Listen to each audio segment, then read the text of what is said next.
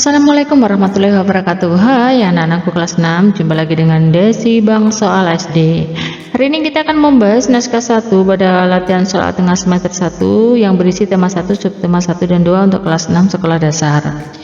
Baiklah, mari kita berdoa sesuai dengan ajaran agama dan keyakinan kita masing-masing, supaya nanti kalian lancar mengerjakan. Berdoa dimulai.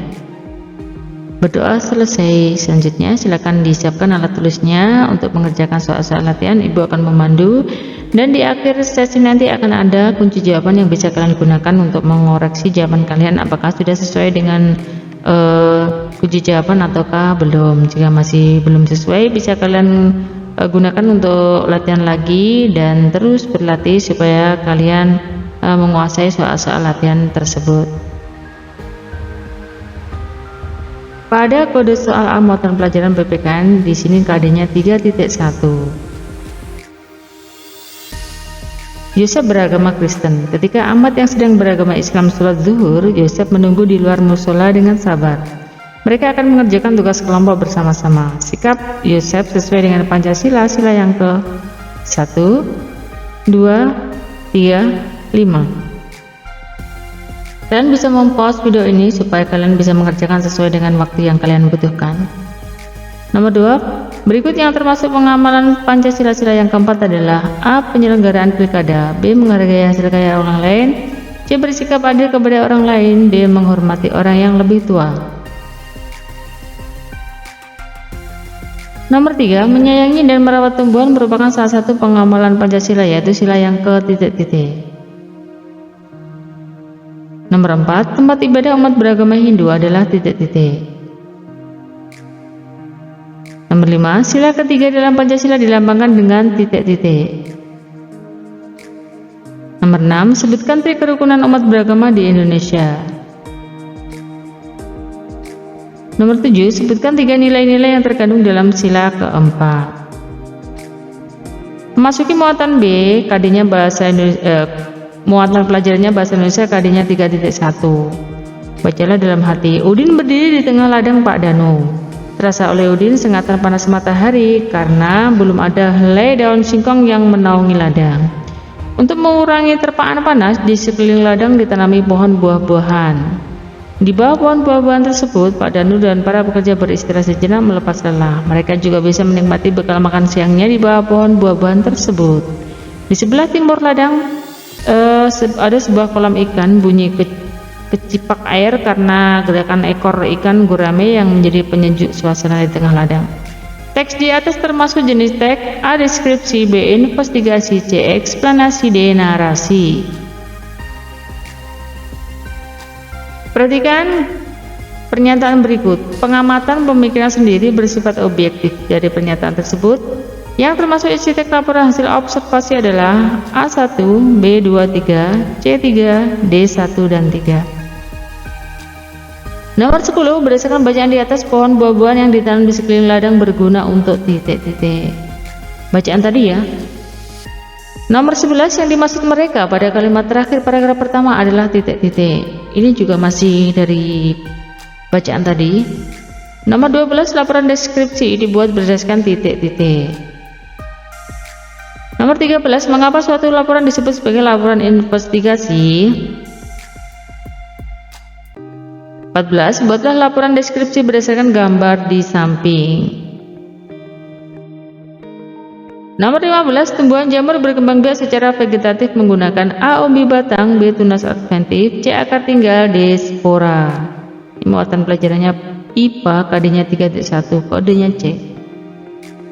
16, perhatikan tabel berikut ya. Ada ayam, penyu, itik, kata. Pengelompokan hewan pada tabel berdasarkan A. Manfaatnya, B. Cara adaptasi, C. Fungsinya, D. Cara perkembangbiakannya. 17, contoh tumbuhan yang berkembang biak dengan umbi akar yaitu titik-titik. 18, bawang merah termasuk tumbuhan yang berkembang biak dengan umbi titik-titik. 19, contoh hewan yang berkembang biak dengan tunas adalah titik-titik.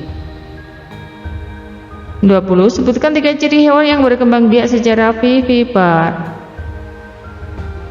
21, sebutkan 3 perkembangbiakan hewan secara vegetatif beserta contohnya. Pada kode soal D, muatan pelajarannya IPS KD-nya 3.1 nomor 22 sampai 25 pada slide berikut ini. 22. ASEAN dilambangkan dengan lingkaran berwarna biru yang ada di dalamnya terdapat gambar 10 batang padi berwarna coklat. Warna biru melambangkan A. Persahabatan antar negara anggota, B. Kemakmuran negara anggota, C. Kekuatan negara anggota, D. Kekuatan dan kestabilan anggota. 23. Negara anggota ASEAN yang dijuluki sebagai negeri gajah putih adalah A. Malaysia, B. Myanmar, C. Thailand, D. Brunei Darussalam. 24. ASEAN didirikan pada tanggal titik-titik. 25. Negara anggota ASEAN yang merupakan negara lumbung padi adalah titik-titik.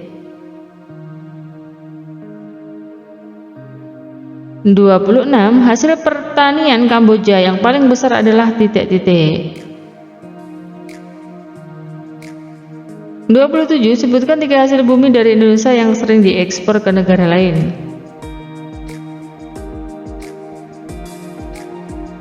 28. Sebutkan 5 negara anggota ASEAN yang kamu ketahui. Memasuki kode soal E KD 3.4 muatan pelajaran SPDB nomor 29 sampai 35.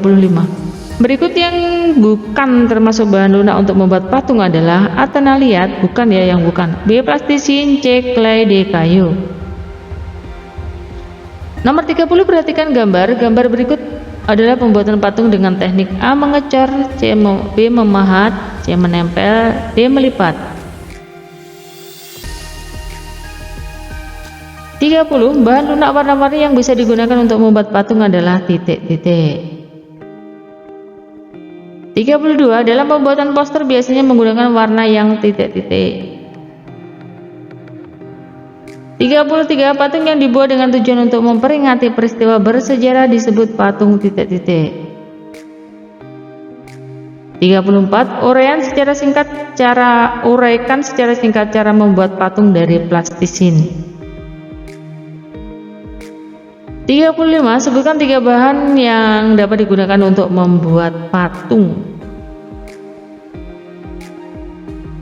Selanjutnya di sini ada kunci jawabannya ya. Kalian bisa mengoreksi jawaban yang sudah kalian kerjakan, dicocokkan dengan kunci jawaban yang sudah disediakan. Jika masih banyak yang salah, kalian bisa melakukan latihan berulang-ulang supaya mendapatkan hasil yang memuaskan. Silakan diklik di pause supaya berhenti dan bisa dikoreksi.